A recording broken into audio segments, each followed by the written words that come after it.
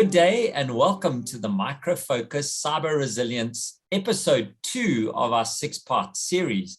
And today we are joined by Ramsés Gallego from Barcelona, one of the most beautiful cities in the world. If you haven't been there, do yourself a favor and go. It is magnificent. Ramsés, you've got lots of experience in this space. You've been working at Micro Focus. You've been working all over the world.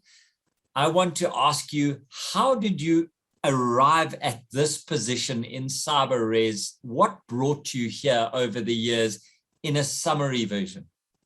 Oh, well, first of all, thank you for having me. It's truly a pleasure, a privilege to be sharing with you about the journey, actually. And I appreciate your question because that's exactly how I crafted my career. You know, I started in sales, but there was a point in time that I wanted to understand how to better protect and defend. What make us as society, as companies of the world, as communities on the planet, I mean, that we need to protect and defend what matters most. And of course, in this digital epoch, in this super technological era that we are living, and of course, in this post-COVID, let me be positive, but post-COVID times, even more. I mean, people working from afar, etc. So I arrived into this position with the will, with the passion and commitment and energy of bringing the best out of me in the different dimensions on, again, protecting, defending, safeguarding, and leveraging the amazing technologies that we have in the house, but certainly that will do good for the, again, governments, healthcare, education, and retail, telco organizations that are around the world that we need to protect and defend. Absolutely, yes. Why cybersecurity? Why didn't you go into accounting or into acting, or why this specific discipline? Are you like a conquistador? You enjoy going out there? What led you to security as a young man? Well, because on the many angles and dimensions of the IT arena, you know, about understanding networks and cloud and devices and the internet of everything, of the many things that we have in this technological world, again, I think that the DNA of any company is about protecting and defending. Let me share something with our audience today. I think that the DNA of any living organism, at the DNA at the core, is about birth, growth, development, functioning, and then reproducing. So birth, growth, development, functioning. Okay, any living organism, and I guess that everybody would agree that a company, organization, a community, a country is a living organism because they want to be born, they want to grow, they want to develop, and they want to function. They don't want to malfunction, they want to function well, and they want to reproduce, right?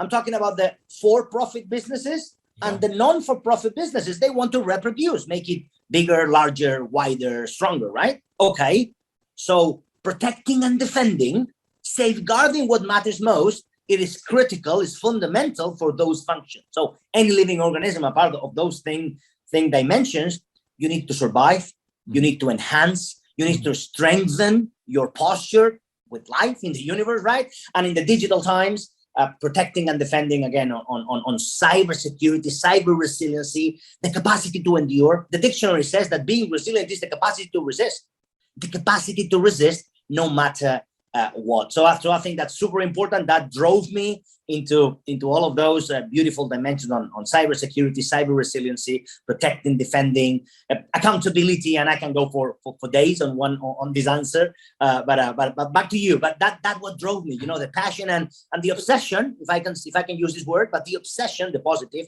obsession, but the obsession of protecting and defending, enhancing the communities where we live, work, and play. Excellent. I really like that. Ramsés, when we talk about in the previous episode, we spoke about being cyber savvy and being tech savvy as executives. We need to know what's going on in security. We're now talking about resilience. In a nutshell, you've said the capacity to resist no matter what. What does that mean from a business context, please? Cyber resilience. Well, thank you, Daniel, for the question. That's super relevant because the 4 verbs that make the cyber resiliency discipline are anticipate, withstand, recover, and evolve. Let me repeat, because I think that they are super interesting, especially when you are in the journey from cybersecurity to cyber resiliency. So security has always been, and it has to be, don't get me wrong, but it still has to be about identifying threats, defending, protecting, safeguarding, of course. And we still need to do that. However, when you become a resilient company, that means, wow, anticipating threats. I think that anticipating is better than just identifying them, because the move is, I mean, we always say at CyberRes, a micro-focus line of business, we say that the moment to help is before it happens. If you want to help me, it has to be before it happens. So anticipate, withstand, that's the second one. So withstanding, resisting, enduring.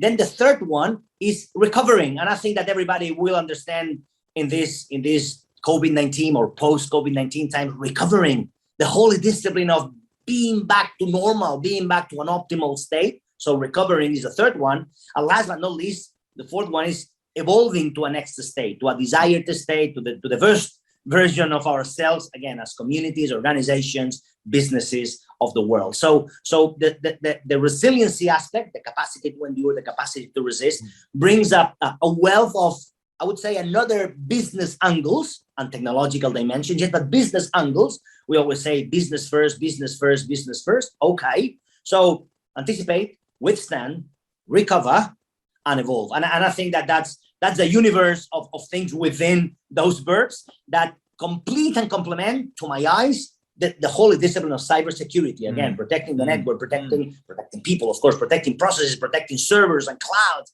and devices. But anticipate, withstand, recover, and evolve. That's what cyber resilience is about. I love that. I love that. And where would you start if you're moving from having a security mindset? We've now got a SOC in place. We've got some technology in place. How do we move from just delivering a security, almost a reactive security service to the business, to this almost proactive cyber resilient environment we're talking about? Another great question. And let me just start. Let me answer in two layers, if I may. But first, to start with something that everybody should know, but it's important for the second part of my answer, which is every company out there, every company on the planet has three lines that they need to protect, or they have that they're working with: identities, data, and applications.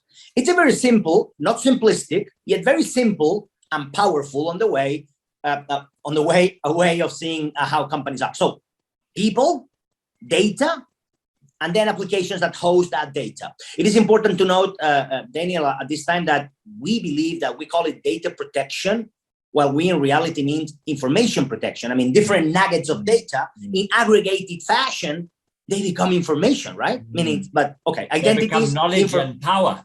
Absolutely, that's it. And then a digital profile or a personal profile. So identities, data / information, if you will, and applications. So that's my first part of the answer in order to get to the second one, which is actually the core of your question. Where do we start? Okay, but by having full control and visibility on those three aspects, by having full understanding and comprehension about who has access to what, when, and how. Let me say it again. It looks like a song, but it's not. But it's who has access to what, when, and how. And that's it. Because actually, the disciplines of assurance... No, you got to stop now. You got to stop. You're making it so easy. How do we get full access and understanding of who's accessing our applications, who's accessing the data? Right. That is a song, and a fairy song, a children's song, or is that reality? I mean, it's a reality, because technology is not the problem these days, Damien. Our audience, the audience need to know that technology is not the problem these days, but the willingness of asking the right questions to the right people at the right time. Meaning, everybody can know, which credentials I am accessing, these webcasts that we are recording today. Everybody has to know the rights, the entitlements, the privileges, and the credentials that I have. And as a consequence, depending on my rights, roles, entitlements, and privileges, I should have a certain level of access, depending on my authority, depending on my role, right? So that's for the identities part. When it comes to data or information, no question asked on it has to be encrypted or tokenized. I mean, if we take GDPR, or, you know, in South Africa, you have a POPI or POPIA, you know, the protection of privacy information. It's written in the law. It's written explicitly on the law that it's considered actually a mitigation strategy in a court of law in front of your honor. Even if data or information is encrypted or tokenized, it's considered a mitigation strategy. So the second angle that I mentioned, identities, data, okay? So protect and defend by encrypting, by tokenizing, by hiding secrets, because the name secrets means that you create a secret and you wanna keep it secret, right? Yes. So that's protecting data. And last but not least, applications. In my opinion, unfortunately for applications that in this cloud epoch, they go back and forth into the cloud. I mean, applications host that data and that information that I was mentioning. So let me challenge our audience today. How robust and solid, how hardened are the applications? Unfortunately, we're talking about applications that have been written either yesterday or they have been written, I don't know, years ago. I mean, are they weak? The code, I mean, not just the vulnerabilities on the network, Daniel, but I'm talking about, and I'll go back to you, by the way. I can talk for ages on this question, but how robust are they from a code point of view? I mean, do they have holes and vulnerabilities within the code? So identities, data, and applications would be my long answer to your fantastic question. I love that. I love that. You know, we've got customers that are still running mainframes, and those systems churn through big numbers and they're reliable. But Absolutely. When you have a look at it from a resiliency perspective, it's not actually the mainframe. It's what's going into the mainframe and pulling information out, which is quite a scary thing. How do customers then get it right? I mean, what is the role of partners and vendors in establishing this resiliency roadmap? Or do we do it all ourselves? No, actually, quite on the contrary. The word, and we at CyberRes, a Micro Focus line of business, the word partner, we write it in capitals, because partnering means partnering. I mean, building a bridge that we vendors and then partners, we need to cross together for the greater good. I mean, for the benefit of customers and organizations. Again, I was telling you about the different lines of work: retail, healthcare, education, telco, etc. Meaning, partners, they have the expertise. Partners, they have the drive. They have the people. Sometimes they are closer. Usually, you know, in a regular ecosystem, they are closer, you know, to the telco, to the hospital, to the government. Okay, so using the right technology plus the right people plus the right knowledge, and then of course I'm assuming the commitment and the energy and the willingness to protect and defend that we were talking some minutes ago. That's the equation of success as I see it. You asked me some minutes ago about what took me here, right, into cybersecurity and that journey. That's exactly the equation of success on the right technology being used by the right people, and the channel and partners are fundamental on the equation of success. And then, of course, people drive knowledge, and then we will protecting. And let me bring another angle, if I may, Daniel. Protecting against people, unfortunately. I mean, cyber criminals, they are not machines. Well, yes, they use algorithms and they use machine learning to attack. But at the end of the day, the bad guys, yes, those guys that we usually represent with a hoodie, you know, in a basement, or, you know, well, but they're people as well. So people against people, using the right technology against, the technology they use in order to attack and to create harm, right? But it's a battle. I'm a pacifist, so we don't like the idea of war. But in reality, that's what we're talking about here. You know, people against people using the right technology in the attack vector, unfortunately, and in the defend vector. That's where we are in the resiliency aspect of life. Yes. Ramsés, give me 3 tips to choosing the right partner for my organization that you would look at. Right. So the first one is that, in my opinion, how holistic is their vision? Holistic means how wide is their vision? With all due respect, I would certainly appreciate in life, not just in my technology approach, but in life, I would appreciate someone that can help me on a variety of dimensions, meaning how holistic is their vision and mission, purpose and promise.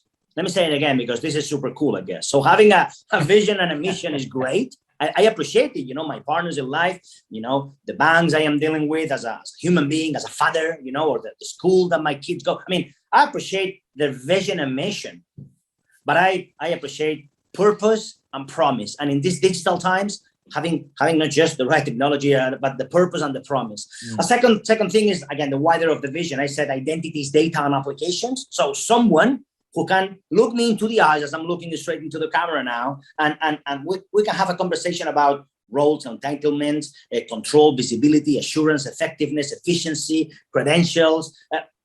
I mean, all those sort of things. I mean, we're talking about an ecosystem, because ecosystems allows us to be systematic and systemic. I would appreciate a partner that can drive me into being effective and efficient, and to be systematic and systemic, right? And then my third tip, I would say, and you mentioned me being from Barcelona and born and raised in this beautiful sunny city here in the Mediterranean coast. Well, let me close my third tip with a quote from Antonio Gaudí. Antonio Gaudí, the architect of the city, with beautiful landmarks, including Sagrada Familia, or the Holy Family. Familia, correct. So he was obsessed. Very few people know that, but he was obsessed. Anything. He was a magician, but he was obsessed with security.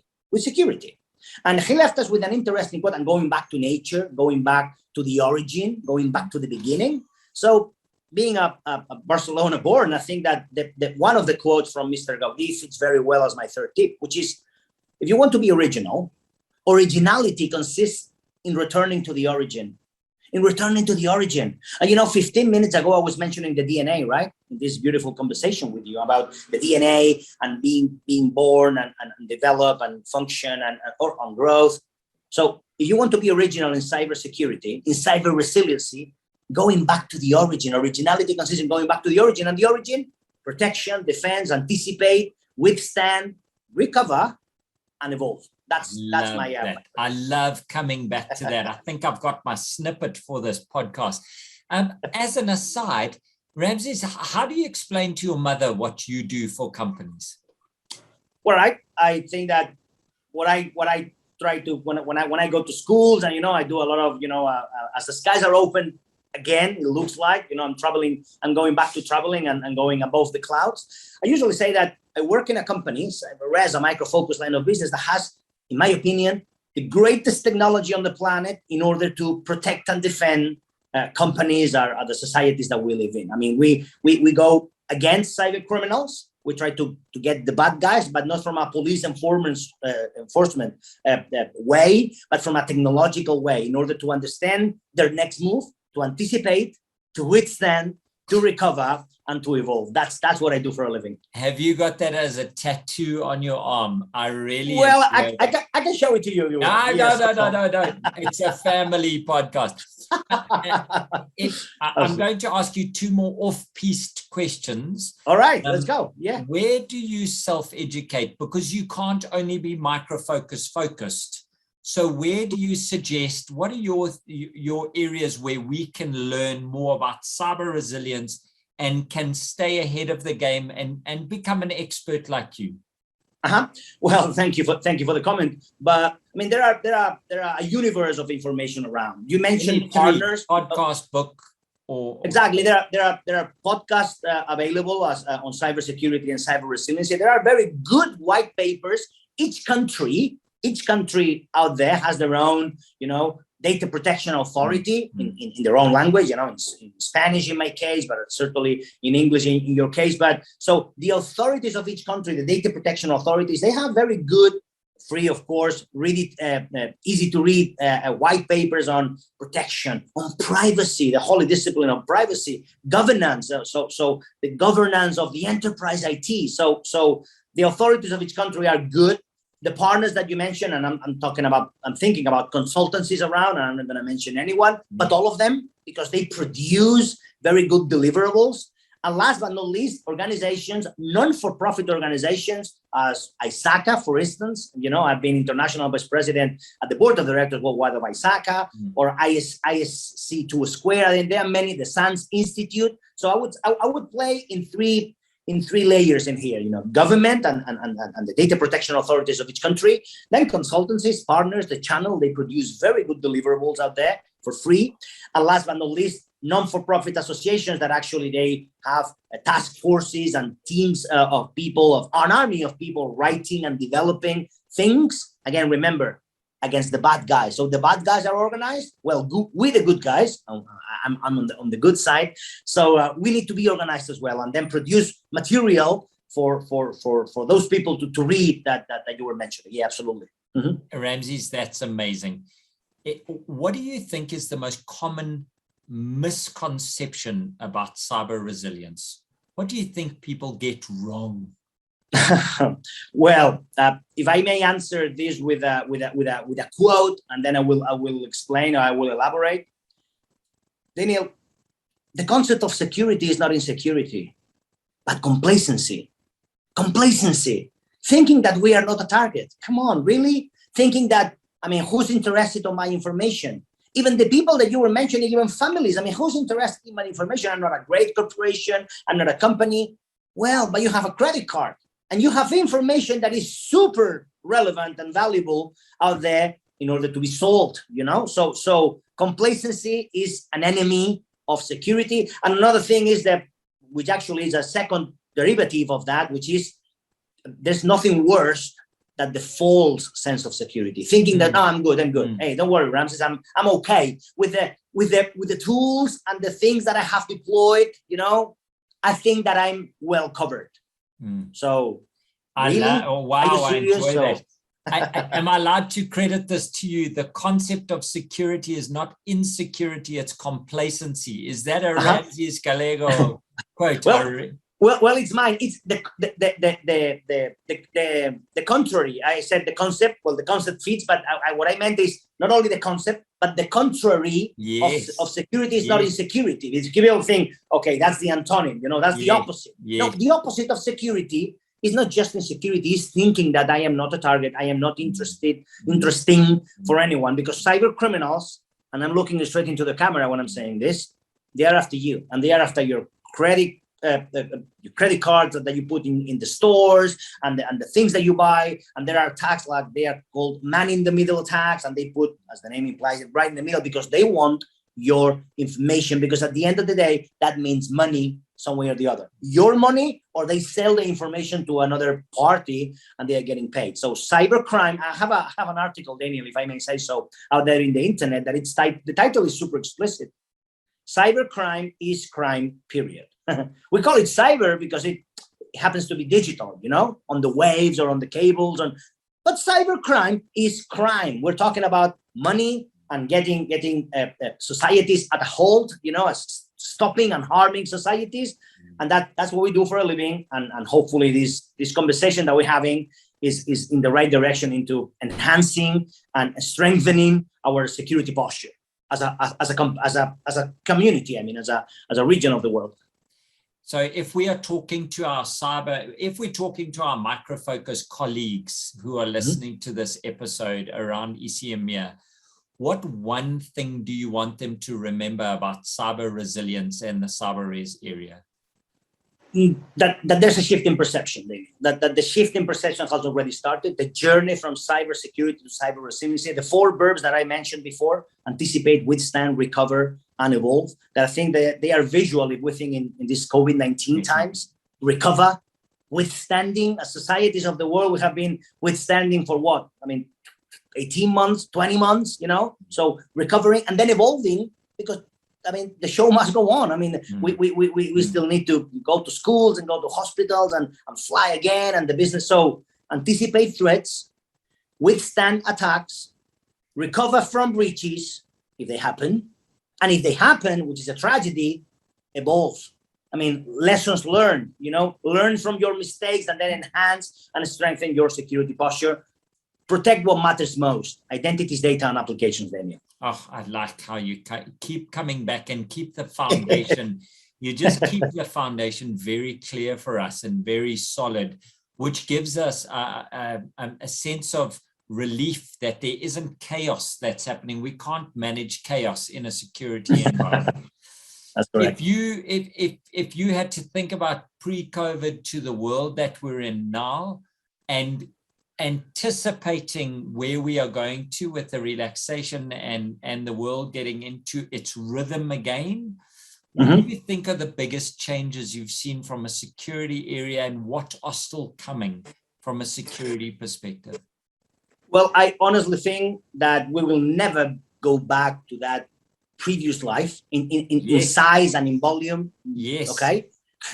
But we are living in hybrid times. And if I may use a very interesting, very visual again concept, which is the liquid life. I mean, we are living liquid life, liquid society.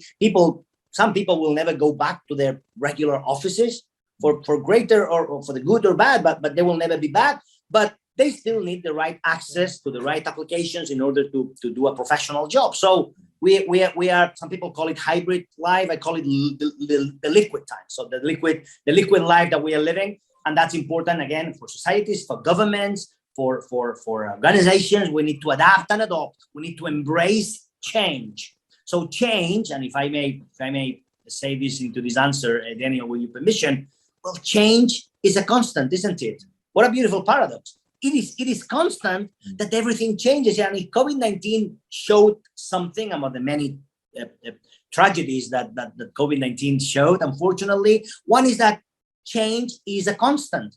It is constant that everything will change. So the liquid life, the liquid times that we are living, some people working, 3 days from home, 2 in the office, or 1, or never in the office, but always connected, through our, devices, etc. So I think that's important. And that idea of liquidness or liquidity, I think that's important, especially given the technology tools and weapons that we have at our reach. Yeah. You bring me into thinking of one of the greatest teachers I know, which was Bruce Lee, which is saying, be like water, which moves that's correct. The obstacles, doesn't he? Absolutely. Adapt and adopt. Adapt and adopt the best practices, but be flexible because I mean that what this life requires, I think, Daniel. Yeah. Ramsés, when you write your book, what would it be about from a cyber resilience perspective? What would the chapter be about on cyber resilience? I think that I would title it, I don't know, let me improvise, but the future of now, the future present, a future that is so present, a future that is about right now, a future that is about change and change and change. And as I think of change, I always think about the 3 V's of change. The 3 V's of change: the velocity, the variety, and the volume of change. The future of now, the future that is happening as you and I are speaking today, and our beautiful audience is listening to this conversation, right? Something is happening around the world. I mean, a new developments in the internet of everything, new approaches, new technologies, new clouds, so future of now and change as a constant. I think that would be beautiful, catchy titles of the book, or at least a chapter. I would read that chapter. I would definitely. I don't really read workbooks, so but I would definitely read that chapter. So you've been in CyberRes and with Micro Focus for a while now, so you probably know a little bit about what's coming up. What is the most exciting technical development or release that's coming out of Micro Focus in the next 6 months? Maybe you can give us an early view of something we don't know about. Well, let me answer in 2 layers. One, and we are doing it now, but it's going to be even more massive, is the use of unsupervised machine learning. So machine learning is a sub-discipline of artificial intelligence. When people say that we use artificial intelligence, well, what we really mean is a subset of artificial intelligence is called machine learning. And of the 4 types of machine learning, one, it's called unsupervised machine learning. Well, let me tell you something. Let me tell you and the audience, of course, it's unsupervised machine learning learns by observation, meaning supervised machine learning learns by example. You need to train supervised machine learning. Someone has to be on top of the algorithm to train the algorithm, etc. However, unsupervised machine learning learns by observing what's happening. And when you have an algorithm that works 24/7, they don't need to rest, they don't need to sleep, they don't require a salary increase, they don't get upset with no one. learning by observing patterns of behavior. I mean, they are great in order to detect anomalies, to detect fraud, to detect, abnormal things happening. So the intensive and extensive use of unsupervised machine learning, I think that's super cool. The second one, and we at CyberRes, a micro-focus line of business, want to be launching things very cool on not just threat hunting. I like the idea of hunting for threats, but threat intelligence, a gathering, a galaxy or a constellation of services, a platform around not just, remember, identifying threats, but anticipating threats. So why? Because we collect, a lot of intelligence on threats and happening around the planet. And the most important thing that you can tailor them precise per industry, per region of the world. So things that really matter and have an impact to the societies and companies that we work and live and play, right? So those two get me really, really, really excited on unsupervised machine learning, and then threat hunting, threat detection, threat intelligence. Those two are super, super interesting. Amazing. I want to know if there's a POC that's running and want to see that, because this unsupervised machine learning, I am a total fan of robotics, and I can't wait for it to make a bigger impact in industry, and you seem to be on that way. Now you have a real job, and we are coming to the end of this year. What is your focus for the next calendar quarter? So leading up to Navidad, to Christmas and the rest. Well, of course, we have a job to do, as I've been saying, for those minutes, on protecting, defending, and enhancing the security posture of our companies, right? And the customers we serve, right? But it's important to gain even more visibility for the line of business, which is the soul that we gave it. I mean, the name of the department is CyberRes, from cyber resiliency, of course, a micro-focus line of business. I mean, micro-focus is a huge company. It's the seventh largest pure software player on the planet, but within that universe of fantastic solutions, we decided that cyber resiliency deserved its own soul, its own DNA, its own, again, profit and loss. So this is why we are positively obsessed of even gaining more visibility, even enhancing, how people understand that the journey that I have been talking, for those past minutes. Cybersecurity is great. Keep doing that. I mean, networks, cloud, devices, endpoint protection. You're avoiding me. What are you doing? What is Ramsés doing for that? All right. We know Micro Focus. Okay. Sorry for that then. Okay. I apologize. Okay. Me. Well, if I may say, we're interested in you. Okay. So I'm going to be running my second marathon in 1 week. So probably when most people hear this, I have already run them. The London Marathon I ran yesterday, the Madrid Marathon, I have the medal with me. So if you want it, I can show it to camera. But in 7 days from now, actually this Sunday, I'm going to be running the London Marathon. So to your question, I'm a father, so family first, work first, hobbies, in my case, sport and long distance running and trail running and extreme, let's say distances. That's my thing. So I always say family first, work first, and then hobbies first. So it's everything's first. Well, that's me, that's the energy I have, family first, but work is first. And then my hobbies, which is running and long distance, extreme adventures. We need to bottle that energy that you have, Ramsés. We need to sell that at the store, buddy. Anytime. And next time you're in South Africa, please join me. I am very much into ultra running as well. My pleasure. Okay. If you can come in November to Cape Town, you can look up Ultra Trail Cape Town, which is 100 days in the mountain. Okay. Beautiful. All right. It's beautiful. And I would love to host you for that. We'll ask Alison from Micro Focus to pay for your entry. Okay. Oh, that would be great. That would be great. Anytime. Well, I'm writing it down right now, Absolutely. Yeah, I think we should. It's already on my calendar. It's on my calendar. Exactly. 27th November, we can have a beer. Then my last question for you. We are going to have audience members who are not CyberRes customers. They're not Micro Focus customers. They are just listening in here and want to know about cyber resilience. What advice do you have for them to practically stay ahead of the game and to take security from security to cyber resilience, understanding, anticipate, withstand, recover, and evolve as the foundation? Well, absolutely. First, understand the data lifecycle management of the company. Your data goes back and forth. The data is alive. Information about your supply chain, your providers, your customers, your employees. Data is alive.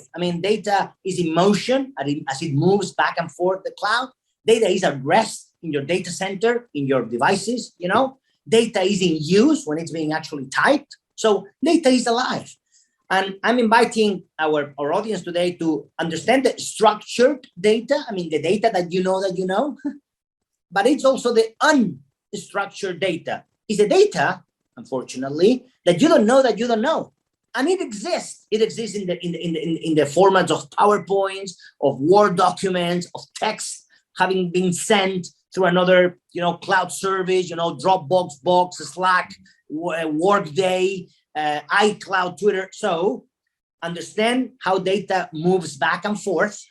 Ask the right questions to the right people at the right time. Read the law or understand the law. In your case in South Africa, Protection of Privacy Information Act, that is super explicit on understanding the life of data. And of course, as you were mentioning before, use the channel, use partners. They excel on providing services with the right people at the right time. And of course, if I may say, use the right technology. And for that, I'm raising my hand as CyberRes, a Micro Focus line of business. But that's my advice. Understand. Solid.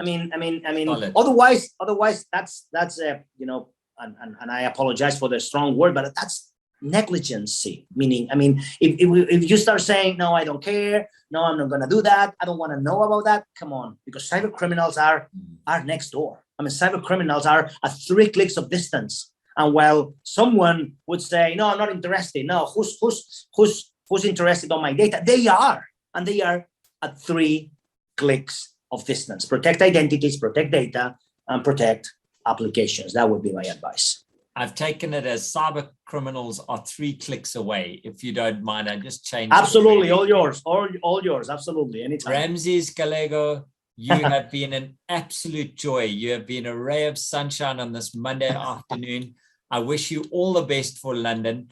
And thank you very much for giving us some time from the Micro Focus podcast. I think you have just increased the momentum. Cyber resilience is somewhere we have to go to. We have to work our customers to. And if we've got access to people like yourself, we can certainly advise our customers and our companies in the right way. Ramsés, you are on LinkedIn. I've seen that. For all of our audience members, hook up with Ramsés. He shares some amazing insights and amazing viewpoints, and is really well tucked into this industry and into Micro Focus. Please reach out and increase his awareness of you and where you are, and he can direct you in the right place in Micro Focus Cyber Resilience for who to chat to. From my side, Daniel Robus, I am going to end this podcast by saying, wow, that was like sipping from a fire hydrant. I loved it. Thank you, Ramsés. Have a lovely afternoon. Same for you. Thank you for having me. It was a privilege. Anytime, you know where to find me. And thanks everyone for listening. It has been a pleasure. Thank you very much.